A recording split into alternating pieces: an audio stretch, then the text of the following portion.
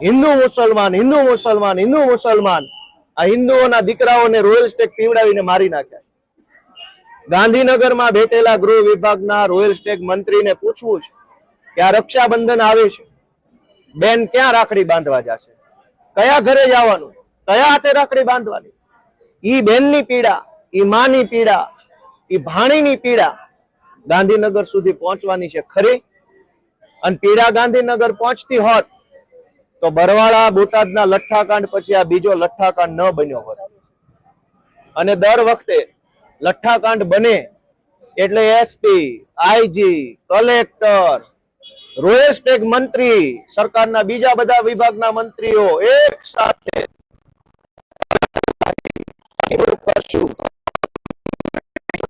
આવે. મારી ભાવનગરના એસપી કે બોટાદના લઠ્ઠાકાંડને કઈ ફાંસીએ ચડાવ્યા, લાવો હિસાબ.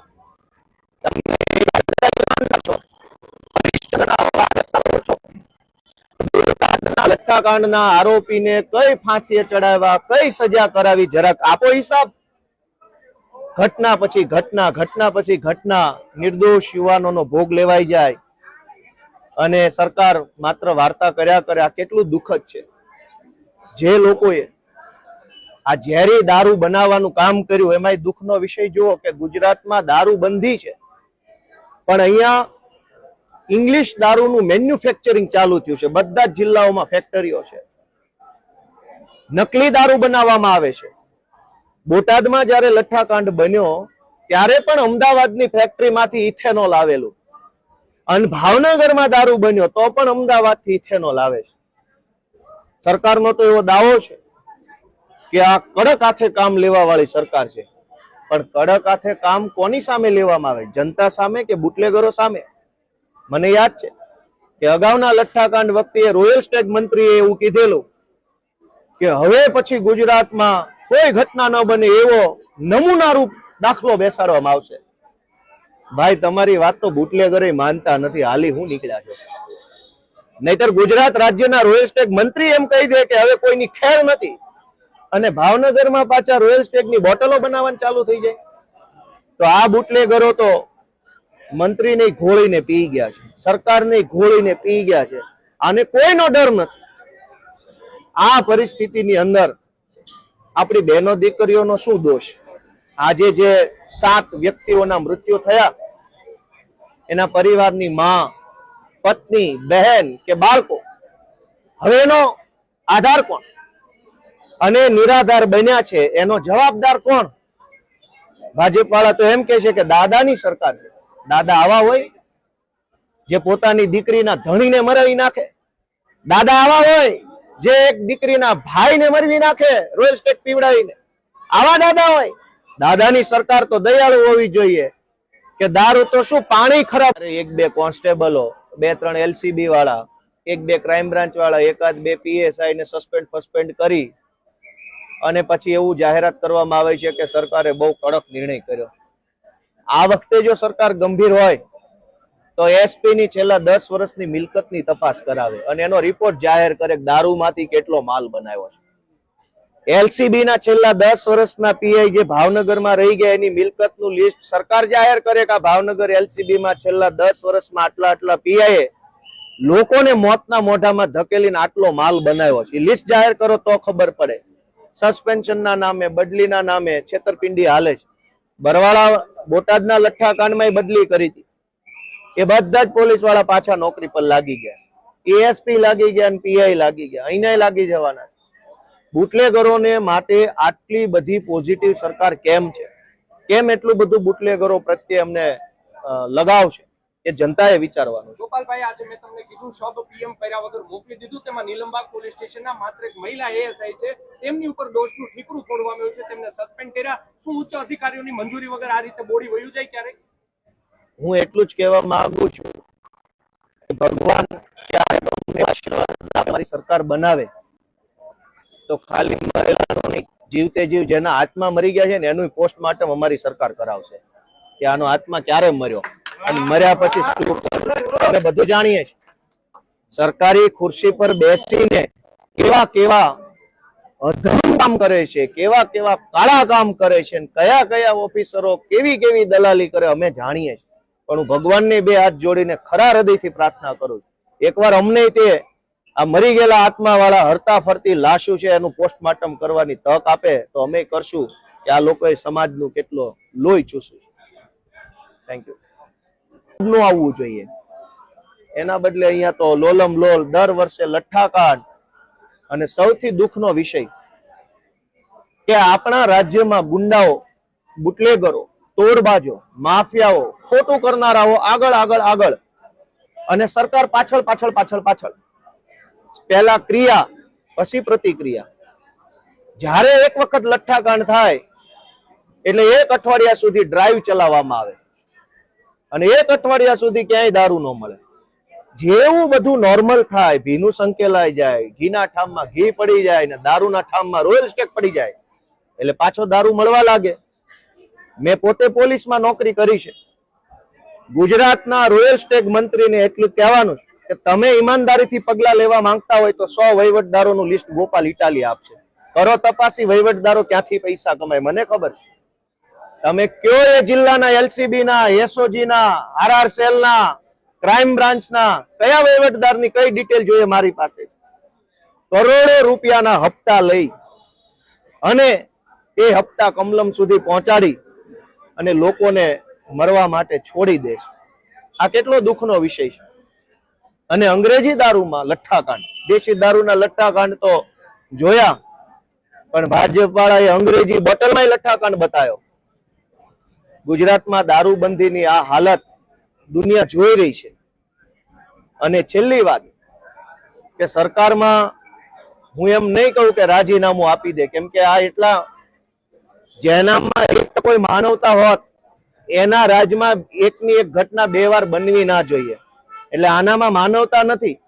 અને જેનામાં માનવતા ન હોય એની પાસે કઈ માંગણી ન હોય. માંગણી તો જેનામાં માણસ હોય, જેના હૃદય રામ હોય, જેનો આત્મા જાગતો હોય એની પાસે માંગણી હોય. મારી માંગણી ગુજરાતની જનતા પાસે છે કે એ લોકો રાજીનામું નહીં આપે. તમે આને ભગાડવા માંગો છો કે કેમ? દર વખતે 10, 20, 30, 40 વ્યક્તિઓના મૃત્યુ થાય અને આપણે રાજીનામા માંગતા રહીએ અને રાજીનામું આપે નહીં પણ નવા મૃત્યુ થઈ જાય, વળી નવા મૃત્યુ. આ વખતે હું ગુજરાતની જનતાને વિનંતી કરું છું કે એ લોકો તો નિંભર છે, એ લોકો બિન સંવેદનશીલ છે, એ લોકોનો આત્મા મરી ગયો છે ગાંધીનગરમાં બેઠેલા સરકારના માણસોનો. આપણો જો આત્મા જાગતો હોય ને તો આપણે હવે જાગવું પડશે અને આ લોકોને ભગાડવા પડશે. આ છાસવારે રોજ ઉઠીને દારૂના નામે મોત, એક્સિડન્ટમાં મોત, પાણીમાં તણાઈને મોત, માથે મકાન પડ્યું મોત, અગ્નિકાંડ રાજકોટમાં થઈ ગયો એમાં મોત, મોરબીમાં પુલ તૂટ્યો મોત, હરણી બોટમાં ઊંધી પડી મોત.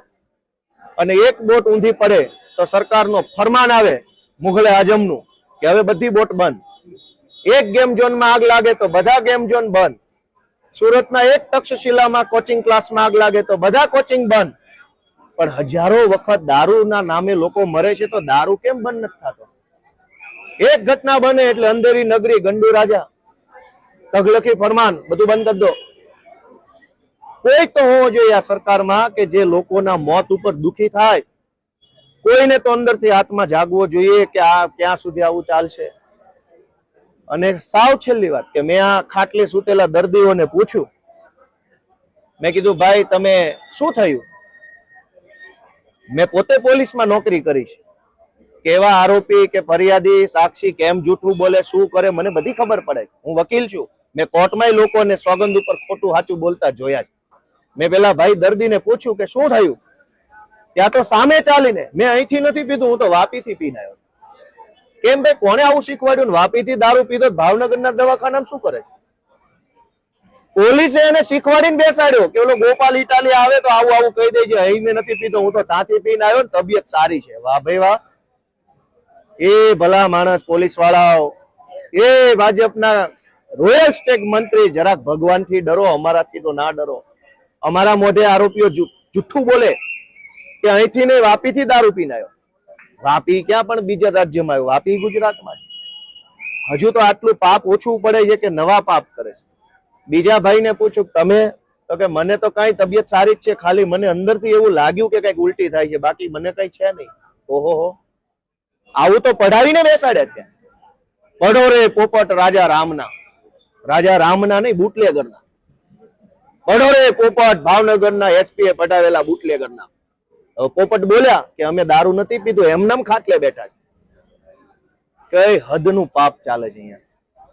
આટલી મોટી ઘટનાને ઢાંકવાની કોશિશ કરો છો અને એમ ઢંકાઈ જશે આ પાપ. ગુજરાતની જનતાને મારી બે હાથ જોડીને વિનંતી છે કે આપણી બહેનો દીકરીઓને બચાવી લો. નાની ઉંમરમાં વિધવા બને છે, બાપ વગરની દીકરીઓ થઈ જાય છે, ભાઈ વગરની બહેનો બને, એને બચાવવાની જવાબદારી આપણા સૌની છે. આંખ ખોલો બધા. એક બે કોન્સ્ટેબલો, 2-3 એલસીબી વાળા, 1-2 ક્રાઇમ બ્રાન્ચ વાળા, 1-2 પીએસઆઈ ને સસ્પેન્ડ કરી અને પછી એવું જાહેરાત કરવામાં આવે છે કે સરકારે બહુ કડક નિર્ણય કર્યો. આ વખતે જો સરકાર ગંભીર હોય તો એસપી ની છેલ્લા 10 વર્ષની મિલકતની તપાસ કરાવે અને એનો રિપોર્ટ જાહેર કરે કે દારૂમાંથી કેટલો માલ બનાવ્યો છે.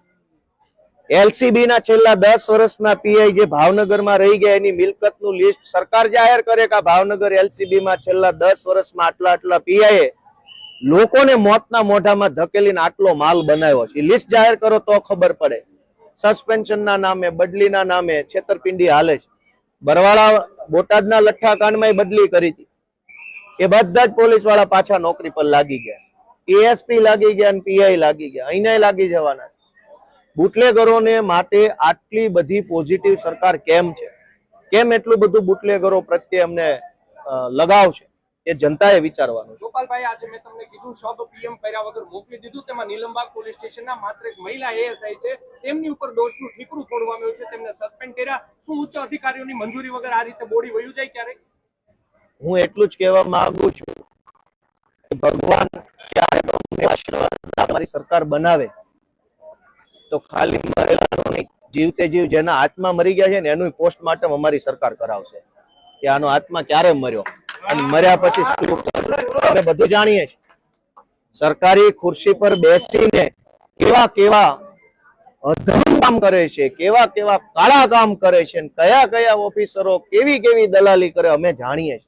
પણ હું ભગવાનને બે હાથ જોડીને ખરા હૃદયથી પ્રાર્થના કરું છું, એકવાર અમને તે આ મરી ગયેલા આત્મા વાળા હરતા ફરતી લાશો છે એનું પોસ્ટમોર્ટમ કરવાની તક આપે તો અમે કરશું કે આ લોકોએ સમાજનું કેટલો લોહી ચૂસ્યું. Thank you.